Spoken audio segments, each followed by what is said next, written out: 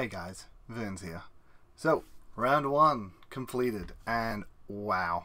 Lots of highs and lows in that round. I'm sure you saw it with my videos being so sporadically coming out basically every day for a point there. It was a hectic round. A lot happened, a lot of late changes, and the team just went from one ideology to another so quickly. And look, I can't say I'm not extremely happy with the result at the end of the day. There was a lot of carnage, and I think we came out on top. So super amazing round, and yeah, I'm just super excited with it. Like, looking at the end result, we ended up with 23-47, which pretty good overall. Like, I understand ranked 9,000 might look a bit low for the round one, but look, we're not building a team to win round one. We're building a team to win SuperCoach at the end of the day.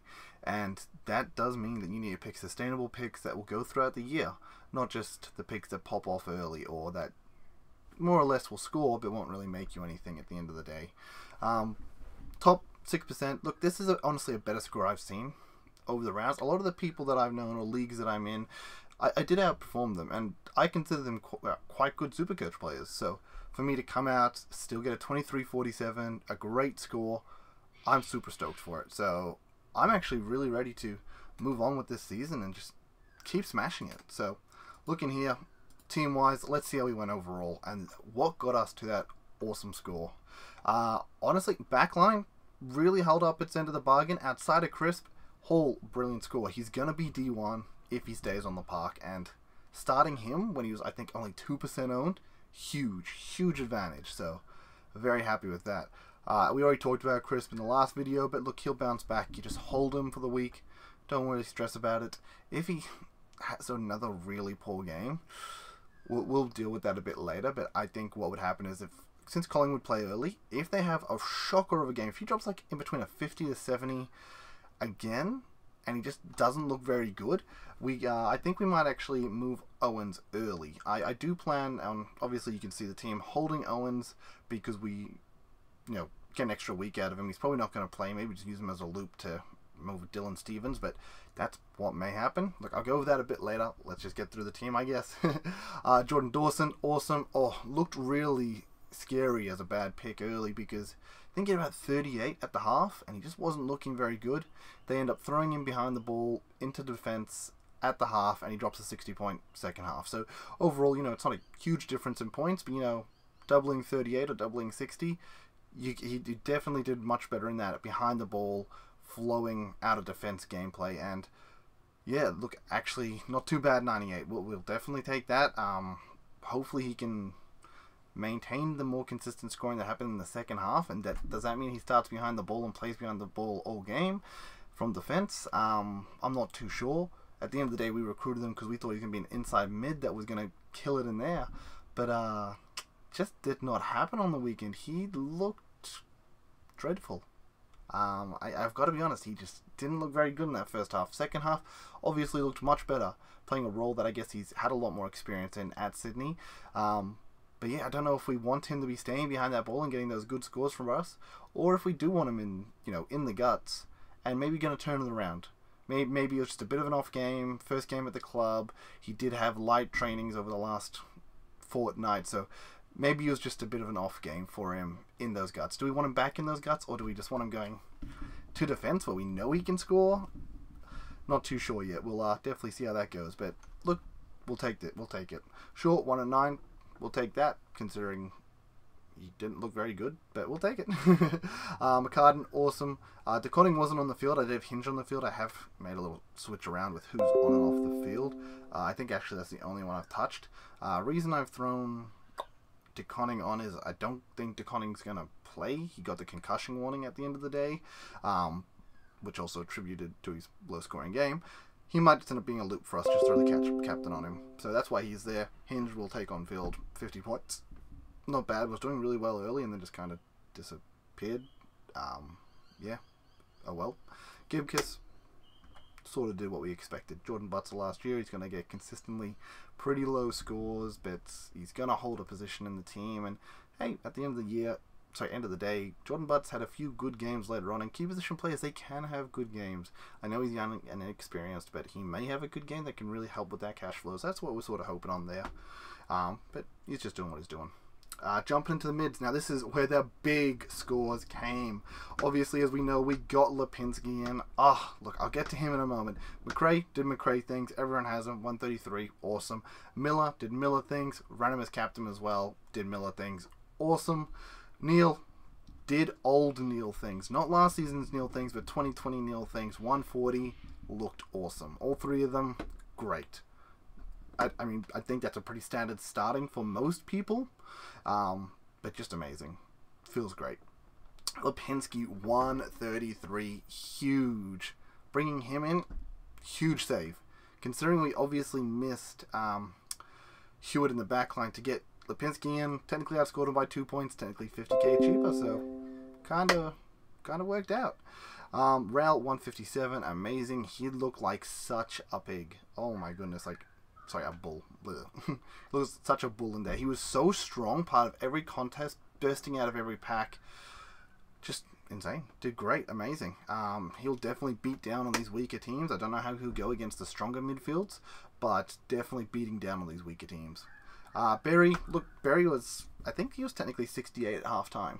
Like, that's just how well this man was playing. 68 at halftime and then finished on 67. We all know he had that bit of a shoulder knock. He took a time on the bench and then just didn't really get back into it. Not too sure there. It is a bit scary, but Berry's always been that really sporadic scorer. Even in the season where he averaged like 92, he was someone that could drop a 130 or 140. And I think he had multiples of those in that season, but then he's also the guy that can come out and drop a 60 or 70. And that's just the sporadic nature of Berry. Even that half talks a lot about it. 67.5 and then -1.5. Like, that's insane variables to go from one extreme to the other. Like, he can score. He's made of glass, unfortunately, so we really want him to score well early and get him out of our teams quickly, but that may be a little bit slower now with that 67. Hopefully he can have a few good games moving forward. As I said, he is sporadic. We just need one big game out of him, even two. Carry him together and we can easily just get a good price boost out of him and then move him on.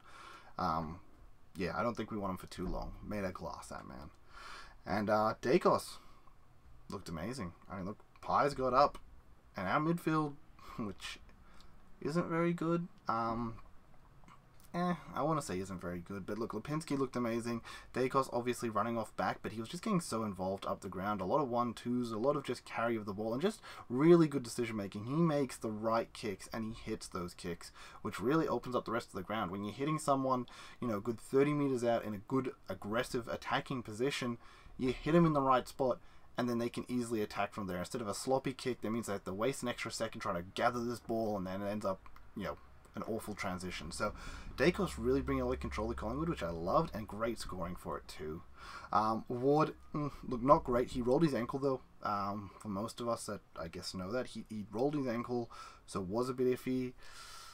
Yeah, not great overall though, especially for that elevated price. We need more out of him, so I guess we'll see how that goes. Yeah. I'm going to loop him this week with Dylan Stevens, who looked amazing. Obviously did much better than Ward. He looked good on the field, doing pretty standard rookie stuff, and that's sort of what we expect. You know, 60 is a good score. We'll take that. McDonald, also really slow, was jammed in the forward pocket, so he's not playing a very SuperCoach friendly role, but 50 out of him for his price, that's fine. We can work with those. Owens, obviously the big letdown. We all know, drops the 2, and he just kind of ruined us all. We're not expecting to get another game for St Kilda, honestly, after that. Like, if they play him again next week, cool. Hopefully he can bounce back, because at the end of the day, since this score is only in one rotation of their school cycle, it might not be the worst. If he can somehow pump out like a 60 if he plays, and then a 60 again, it's not going to be a problem at all, because then the week after that, this 2's out of his school rotation. But I think with how poorly he played, I don't believe in him to get a 60, and I don't believe in him to even get named next week. He was dreadful. He was dreadful. And that's where him not playing comes into the loop with Ward and Stevenson. So we put Stevens on the emergency up against the Cats Friday night. Has maybe a good game, drops a 60, 70. We just move Owens onto the field and we take the loop from that. Obviously, if he has a poor game, we don't worry about it, and we just hope Ward comes out with a much better performance. Yeah, nice, easy loop strategy there for us. Grundy, Marshall, awesome. We'll take those. Marshall looked amazing. Obviously, to get outscored by Wits, and Wits I think was top ruck scorer of the round, and for 380k, it's gonna feel good for people. But I mean, he's rucking against West Coast, and look, obviously Nit's a good ruck, but any hit out he was getting, his team were getting it. And he would have picked up a lot of points from there. He got a goal towards the end of the game that would have really scaled well. Like, I don't think Woods will obviously sustain those heights. I think he's going to definitely score well, assuming he stays on the park. But yeah, he'll obviously be an upgrade for others, where potentially Marshall and Grundy could be keepers. Obviously, Marshall really comes down to the rider factor. But, oh well, we'll worry about that. Dixon, not a bad score. 102k, we definitely take that. And I think he could definitely do... he could definitely make us some money. The problem is that we obviously miss Hayes here. And if I'm going to make any subs, looking at my bench, outside of Owens, who's going to probably be moved on, I don't see anyone else that can go out for Hayes. I'm very happy with these players. So it ends up being probably a Dixon flip to Hayes, but Hayes has to have good numbers. At the end of the day, his score cycle will only be in his rotation for an extra week. One pay increase, so as much as the 127 is really good and it's going to look great for a price increase, if he doesn't maintain that, if he has a 30 the following week and a 30 the week after, it's not going to be actually as much as people think. And if Dixon can bring up some good games, some better games than that, or even maintain that, there's no guarantee he won't get to the same heights as Hayes in the long run. Just obviously with that, he needs to...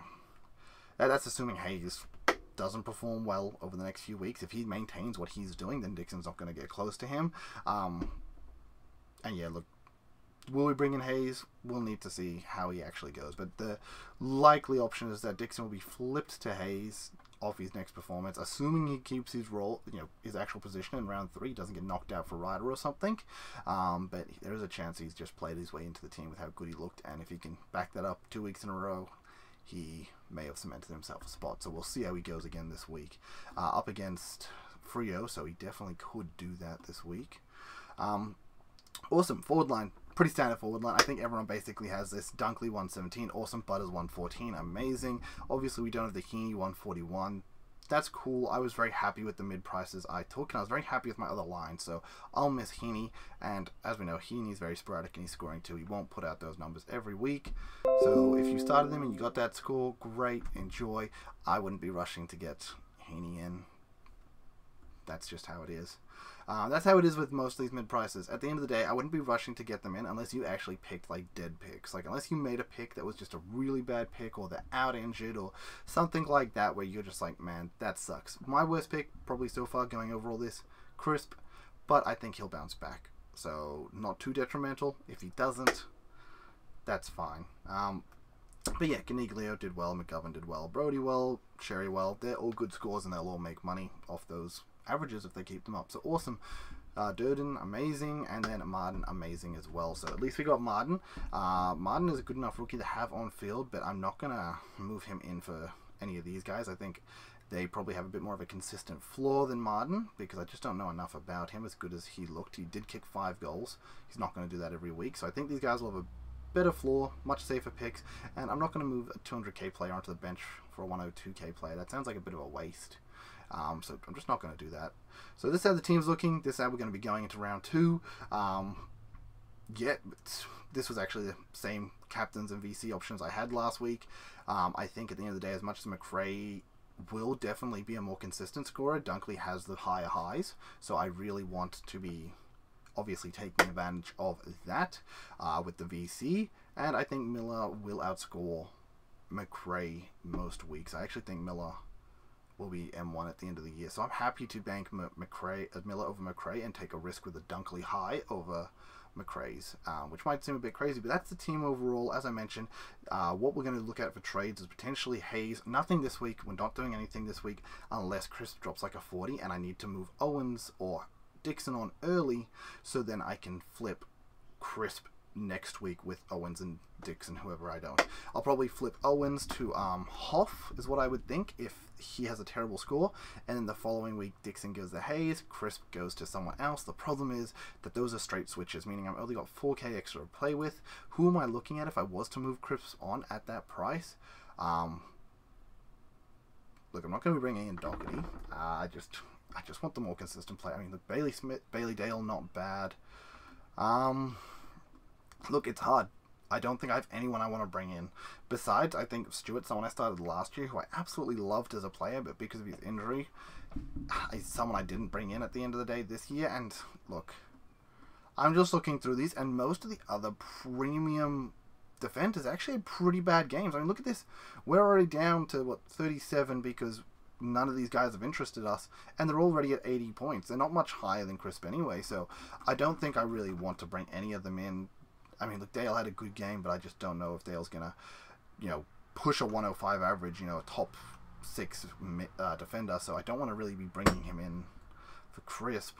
The only other one I guess I could potentially do is down to, at that point, Hewitt would already be out of the team. Oh no, Hewitt would still be there.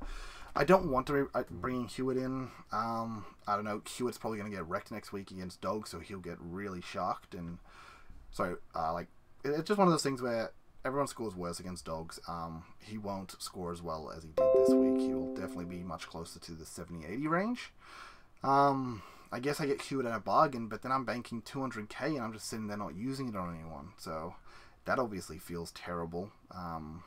Yeah, not too sure what I'll do with that one, but that's obviously a worst case scenario, and I would still be pretty lost in that worst case scenario.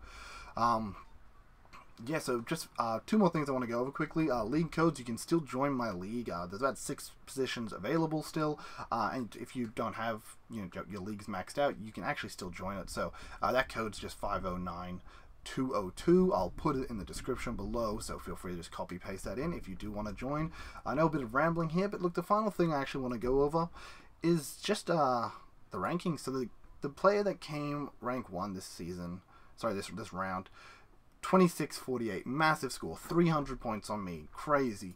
But let's just take a look at that team. So look, he got a Petrarca VC, that's crazy, obviously why, huge points to it. But then he's got a huge mid-pricer team. He didn't go full out on these rookies, and look, overall, mid looks great. Where's he really going to get the cash from? He's going to get the cash from Dacos, Raul. He's hoping Cripps is making money. He's hoping McGrath's making money. Lipinski. Look, I do think these 3 will definitely make money. And these guys will make a bit of money, but not too much. On his bench, not too many rookies. He's got in the back line. He's got a Kruger. I don't know if he's going to be money-making rookie, but look, obviously out for the 1 week with suspension. So he's hoping for him to come back. And then in the ruck department, look, he banked the Hayes down here, and he banked the Martin down here. So that's, like, really great that he did that. But then he's going to have a dead rookie here. Hollands, we don't know when he's getting into the team. He's run Draper as a ruck, so he's really hoping that Draper makes points. You know, actually makes cash as a mid-pricer. So, look, Heaney, Martin, awesome. So how many keepers does he really have? So if we count these 3 as... we'll count these 4. We'll count Hewitt as a keeper. I think you picked Hewitt to keep him at the end of the day. So he's got 4 there. He really has 3 here, but I think at the end of the day, with these prices, you'd have to consider these keepers as well. So potentially 5 keepers there. Draper's not going to be a keeper, and then potentially 4 here. So you end up in a situation where he's maybe got 13 keepers, but it is very awkward for him. His team's not going to scale as well. I don't think he'll make the money, and they will not perform this well every week, these mid-prices. So, yes, he had a great start to the season, but for those of you that are thinking, man, look, we're so far behind rank 1 already, like, his team crazy, like, no, it's not a big deal. It's actually not a big deal. I think my team scales better overall. I'm much happier with my players in the long run, and, you know, that's what I'll take, personally. Better overall in the long run, better scaling team, and that's what we're playing for. We're not playing for a round 1 win. We're playing for the win overall. We want to be #1 SuperCoach by the end of the year. Obviously, big dreams, but I'm very happy with my team, and I have full faith to make a much better surge, you know, this year, and really do it. You know, I expect this rank to very much jump up next week. I think my team will play amazing, and I would not be surprised if I was at least top 2,000 next week, if not higher. But yeah, that's just my quick overview, everyone. I hope you enjoyed it. We'll do the weekly reviews every week, probably on the Monday night. I'll record them so they won't come out to Monday night. But yeah, get in the league, guys. I'd love to see you all there. 6 spots available, so be quick. But yeah, peace, later, love y'all.